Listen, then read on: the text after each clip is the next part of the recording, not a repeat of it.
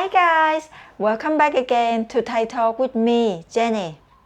In this video, you will hear a story by an English guy called Charlie. He falls in love with a massage girl and she soon moves in with him. Eventually, he married her and paying a lot of money for the wedding parties in Khon Kaen, and lots more money for her family too. Then he takes her back to England. Does it work out? Not exactly. Anyway, this is an amazing story and typical Thai story that is actually true for some men who come to Thailand.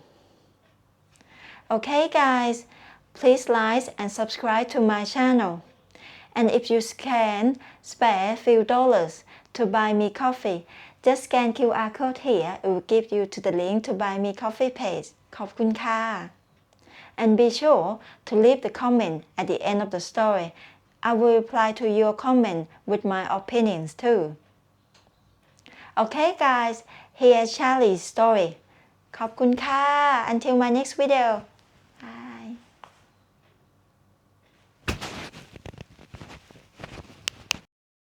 Hi, my name is Charlie, and I never thought that I'd be writing an email like this, but I want to warn men going to Thailand to be careful with the ladies there because they are not all as innocent as they like to present themselves. I learned the hard way that behind the smiles and the sweetness, some are playing a much bigger game. And I don't think I was naive. I thought I was quite switched on. But our protective shield tends to get weakened when emotions come into play. And you know, they say first impressions count and have a lasting effect.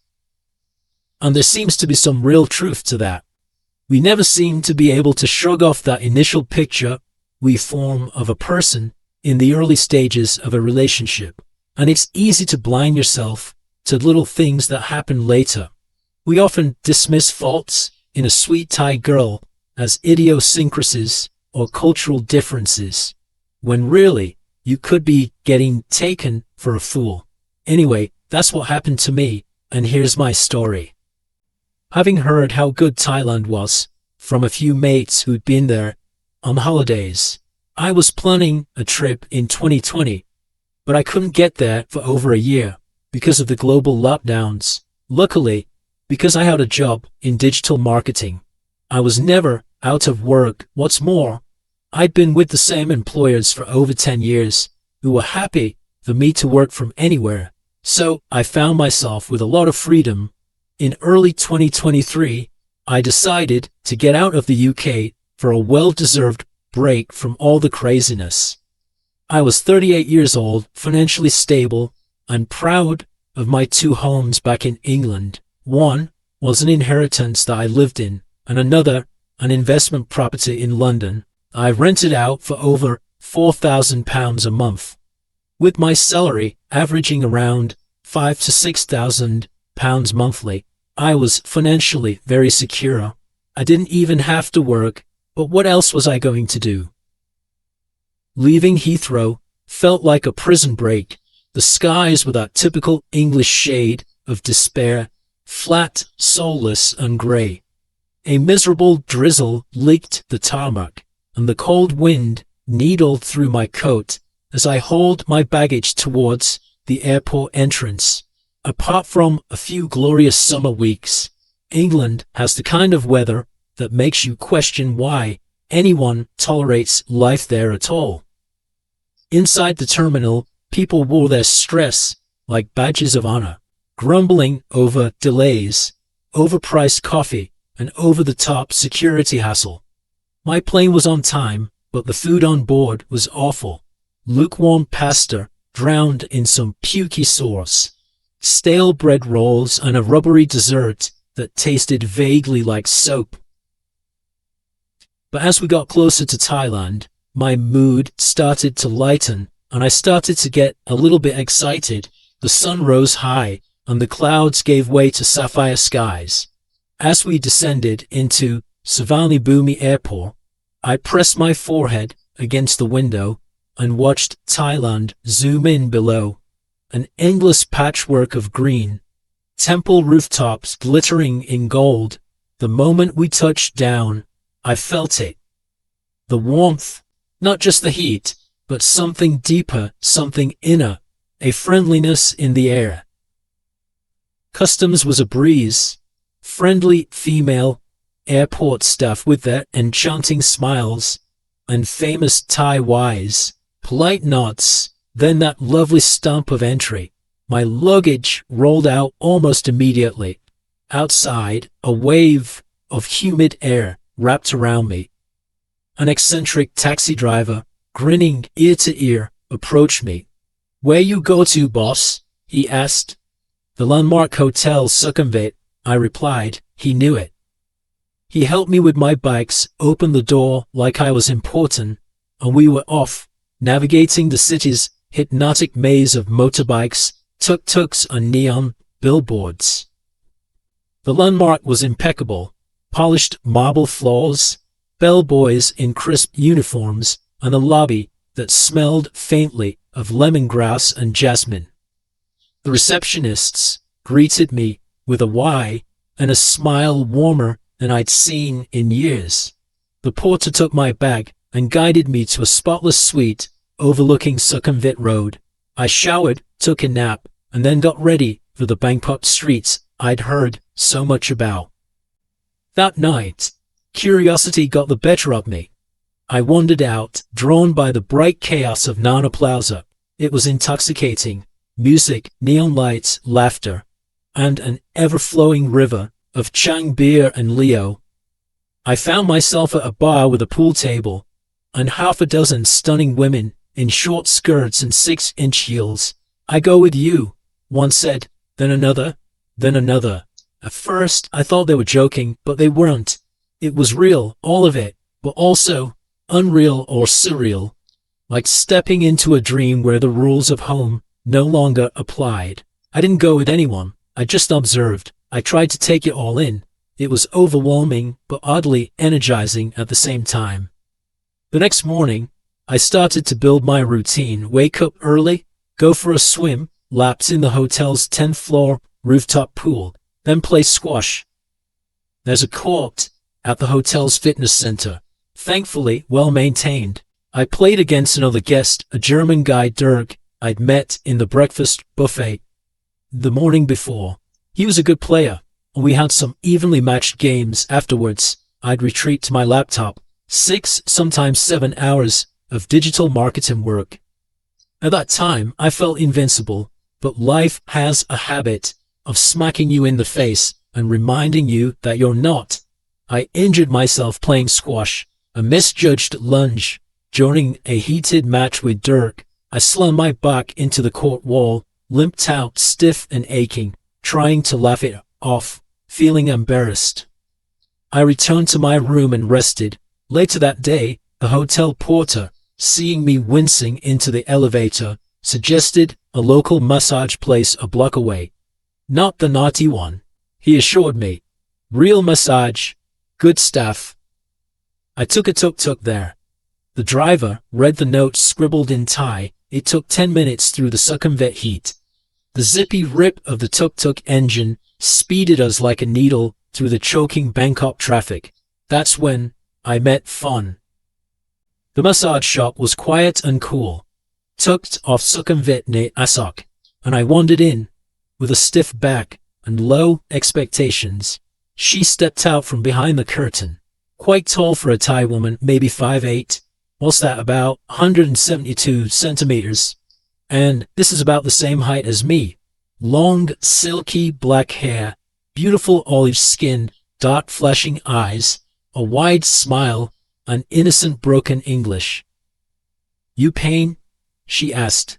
"Yeah, back injury," I said. She led me to a quiet room and locked the door. When the oil touched my skin, it felt good. soothing. Her touch was firm and precise. Her hands moved like they knew my pain better than I did. I felt the tightness unwind. I quickly felt much better. We chatted quietly and briefly. She told me she was 26, from a city in northeast Thailand called Khon Kaen. She had a daughter back home who lived with her parents. She asked about my work, my family, why I came to Thailand, how long I was going to stay. Her voice was soft and calming, and stayed with me even after I left. I need to point out at this stage that after or during the massage, she never offered anything extra, which I later learned was unusual in this part of Bangkok. There was no hints, no flirtation. Strangely, or not maybe, that made her more memorable, and me wanting more.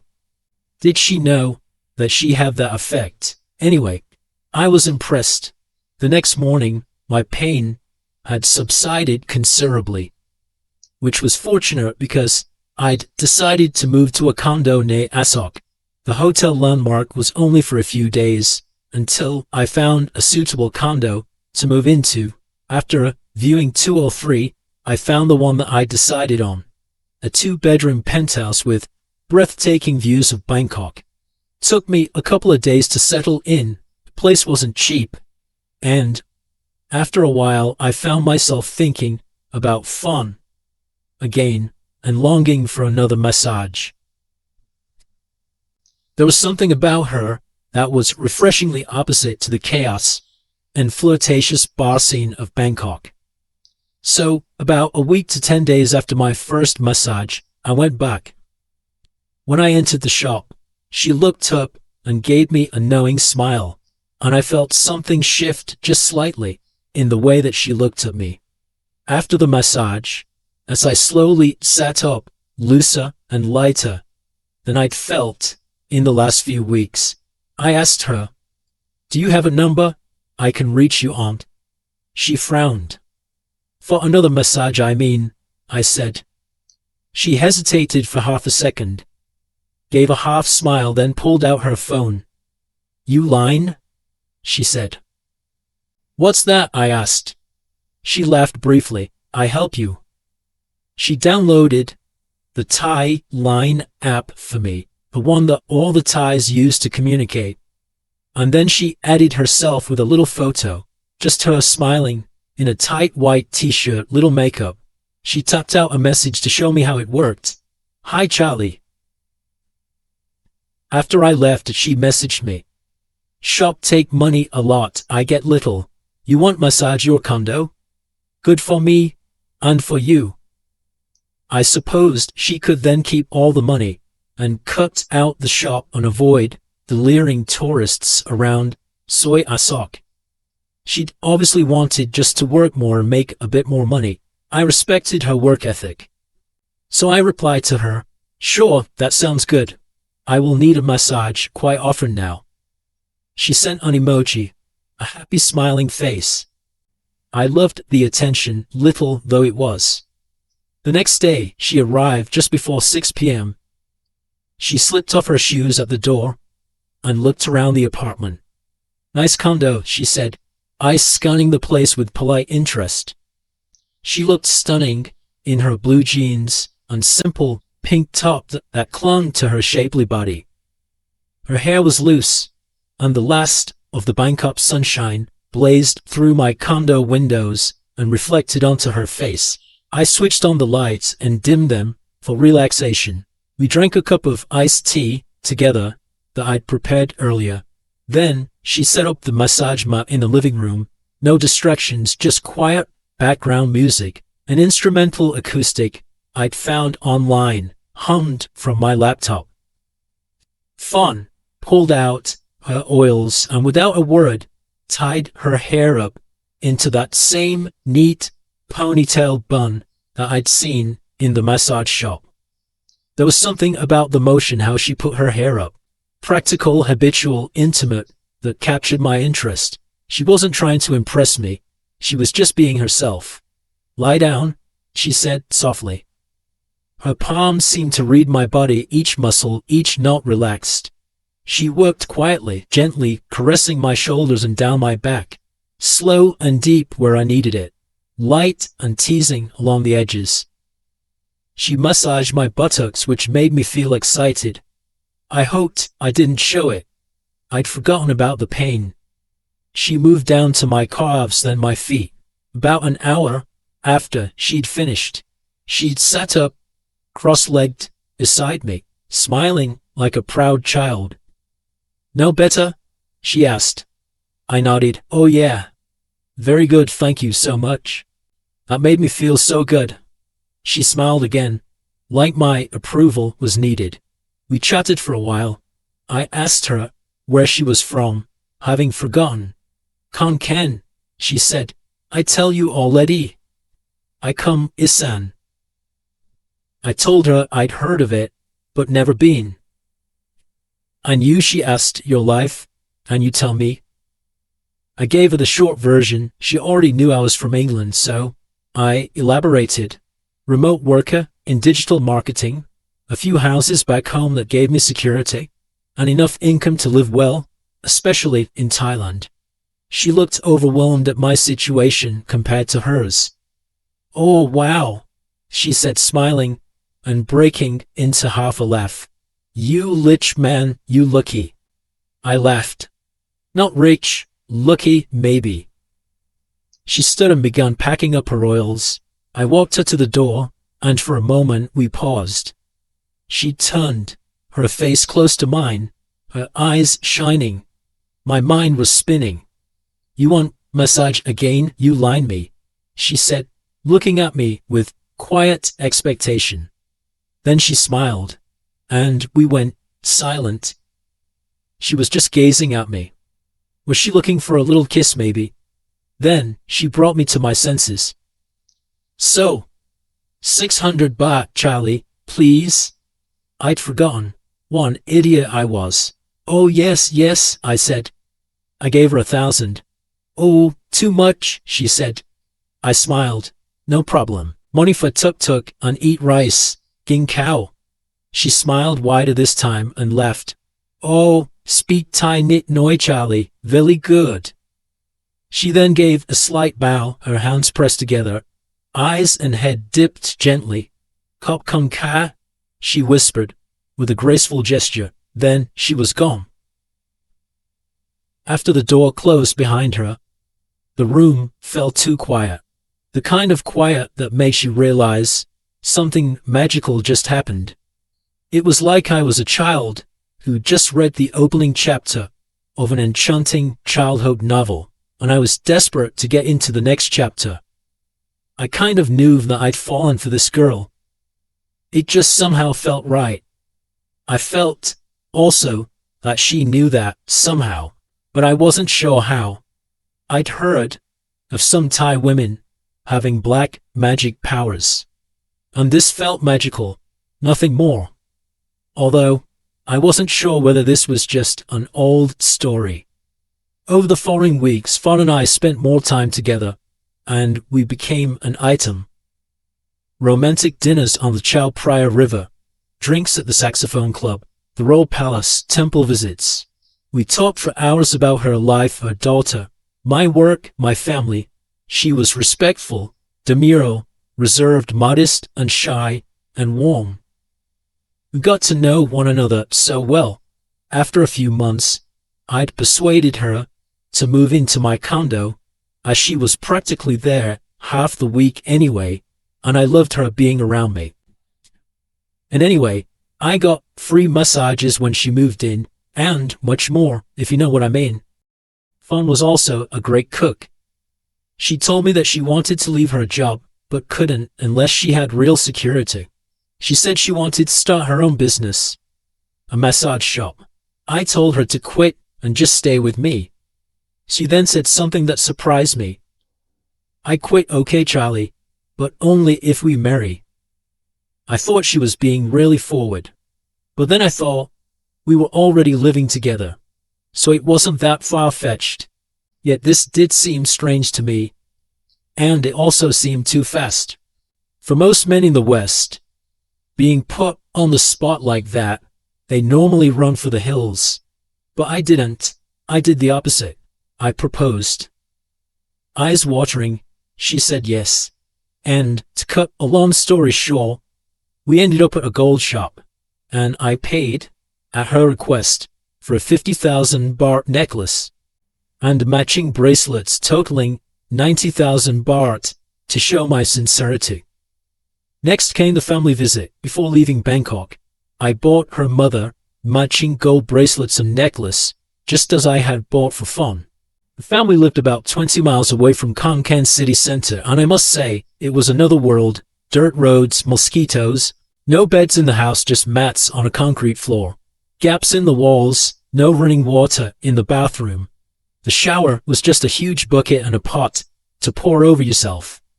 If it wasn't for the smiley, chatty Thais living there, you'd have sworn it was an abandoned building. I felt uncomfortable with the place, the lack of comfort, but everybody smiled and treated me like a prince. On arriving, Fawn disappeared to speak to her mother, and I met Fawn's mother, beaming a huge smile, wearing the gold I'd bought a few days earlier. I was the hero now. I could see it in Fawn's eyes. We sat down, and many relatives were introduced to me. One of her cousins had nicknamed me Beckham. That was funny. Fawn's mother served sticky rice and somtam, and we sat cross-legged on the floor sipping somsam and soda. Some of the relatives drank Leo or Chang beer. As the hours passed, more relatives and neighbors came around. Cousins, uncles, nieces. I didn't really know who they all were, and I forgot all their names. Everybody was smiling, and this visit cost me quite a bit. As it approached around 10 p.m., her cousin offered to take me on a motorcycle to the 7-Eleven to buy some more drinks. We stopped for petrol on the way, and he gestured for me to pay. Then, the police pulled us on the way back. They found 2 yaba pills in his pocket. Suddenly, I was in a Thai police station. Fawn talked to them on the phone and told me it would be 30,000 baht to make it go away. I paid and transferred the money to Fawn's bank. She sorted the rest. On getting back, she berated the cousin. I saw her temper. It was scary. A few days later, she requested help for her cousin's university fees. Only 28,000 baht tilak. I pay you back, not worry tilak, promised Fawn. I believed her. Fool me. I never heard from that cousin ever again. A small price to get into Fawn's family's good books, I thought. She was clearly showing off to impress the neighbors and her family. Back in Bangkok, I paid for Fawn's English classes. She was often out late after class, going out with classmates, she said, and I didn't want to question it. I didn't want to seem controlling.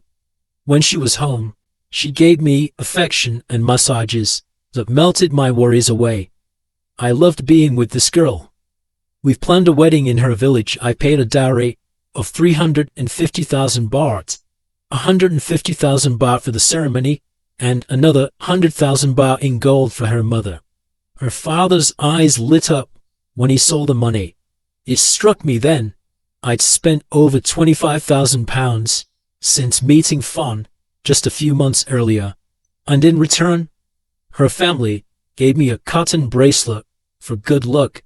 Then came a disturbing call from England. My father was seriously ill.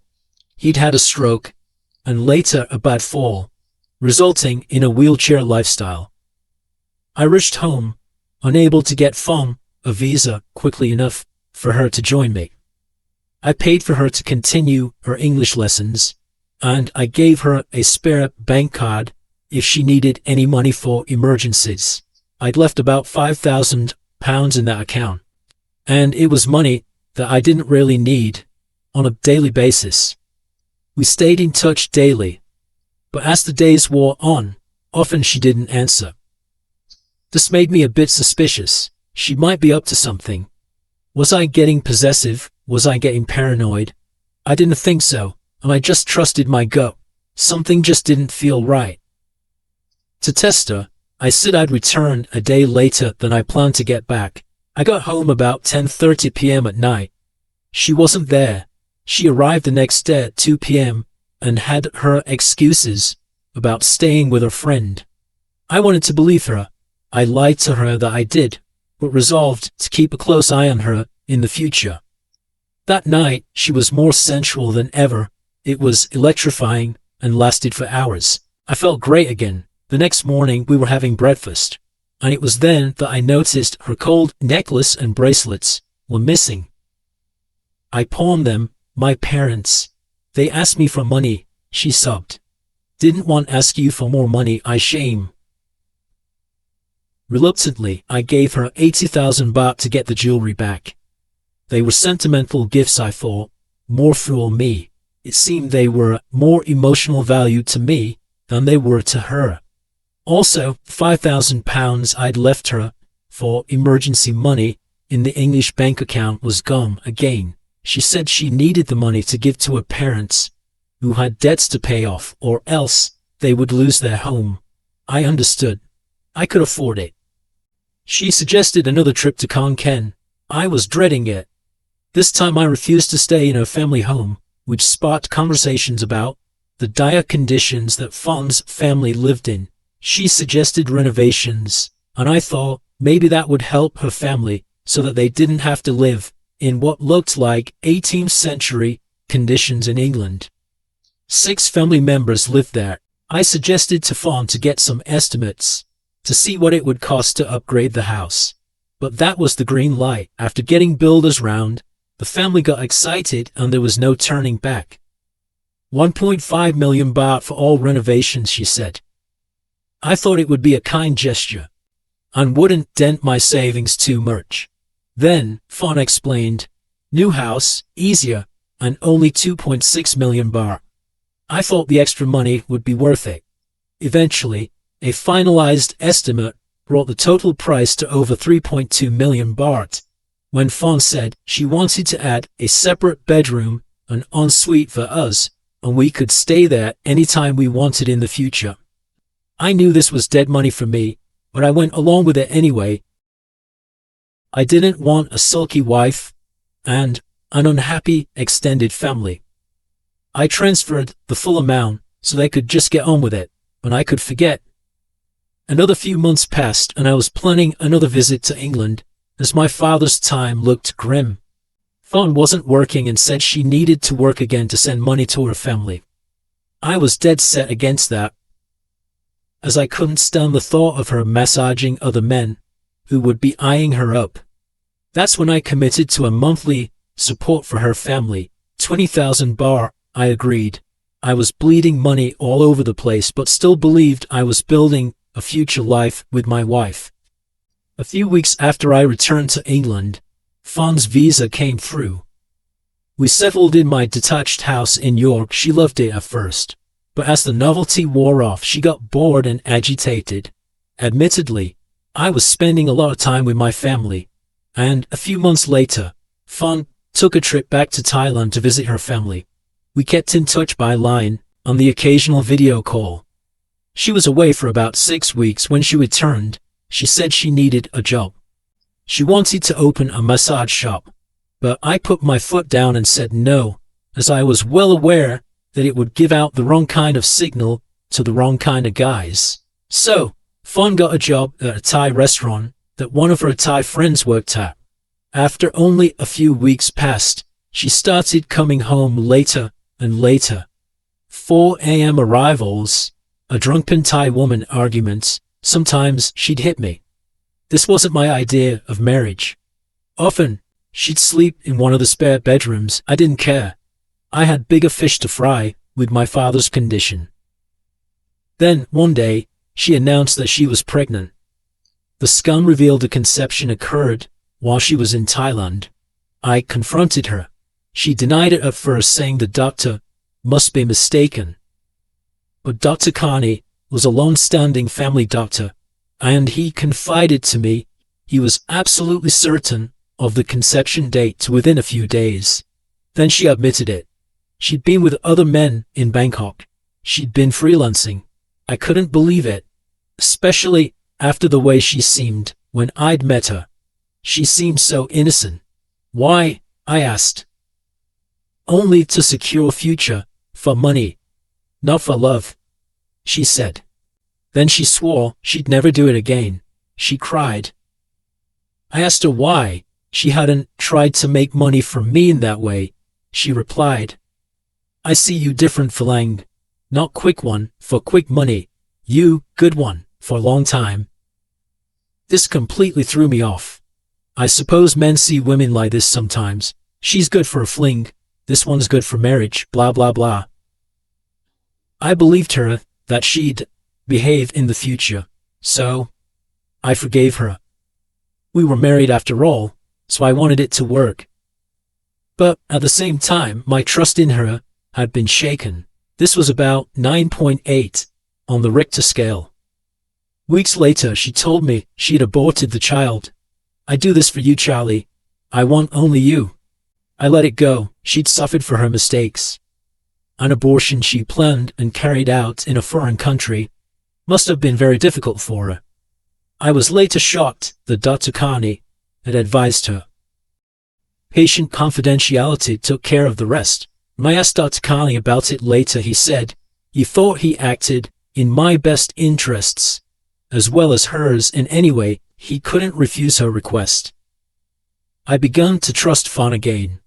My mother didn't. She's a liar, Charlie. Open your eyes. As my father lay dying, Fawn wanted to go on a month-long study holiday to Cambridge with some students from her English class. She asked me to come. Unbelievably, but I told her my father was near the end. And I told her that she had to cancel the trip, but she refused, assuring me that she thought my father would be fine. My palmist said he okay for a long time. She'd say her palmist told her something anytime she wanted to get her own way, like it was some kind of wisdom from the gods nobody could argue with. This really pissed me off big time. Utter bullshit in my opinion, and it was embarrassing. My mother was furious and done with her. For me, it felt like the last straw. My father passed away a few days later. Fawn was enjoying herself in Cambridge. She refused to come back early for the funeral. She was so self-centered now. She just didn't think of anybody else but only about what she wanted. She seemed to had embraced Western women's values, I thought. The last thing I wanted. What a change from who she was just 6 months earlier, or the truly sweet girl I'd met in Bangkok nearly a year before. Or was I just seeing the real Fawn, finally revealing her true self? My mother called her a callous, cold-hearted gold digger and urged me to divorce her after I foolishly told my mother why she had an abortion. My mom was disgusted. Get a divorce before she ruins you, because she will. My mom fumed.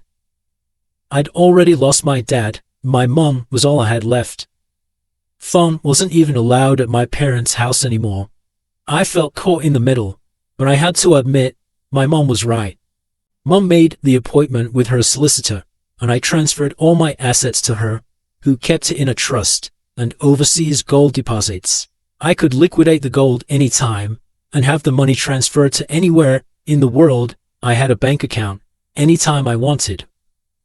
After Fawn came back from the Cambridge trip, we argued more and she decided to set up permanently in the spare bedroom.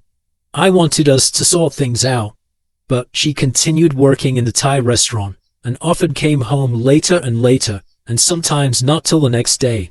One day she even had the audacity to have a man pick her up outside my house in a Mercedes. She left the house and I was astounded. I had to get her out, I thought, but how? I couldn't upset her. We were married, and persuading the police or legal system to help a man in England was nearly impossible. I confronted her about the guy picking her up in the Mercedes. She said it was just a friend from work, so I backed down. We agreed that she should give up the restaurant job because it just seemed to cause arguments between us. I reminded her that I loved her, that she was my wife, and that I wanted things to work between us, and that she had a great future in England. I showered her with new clothes and some gifts, and took her to some nice restaurants to win her around. Then, she started getting really sick.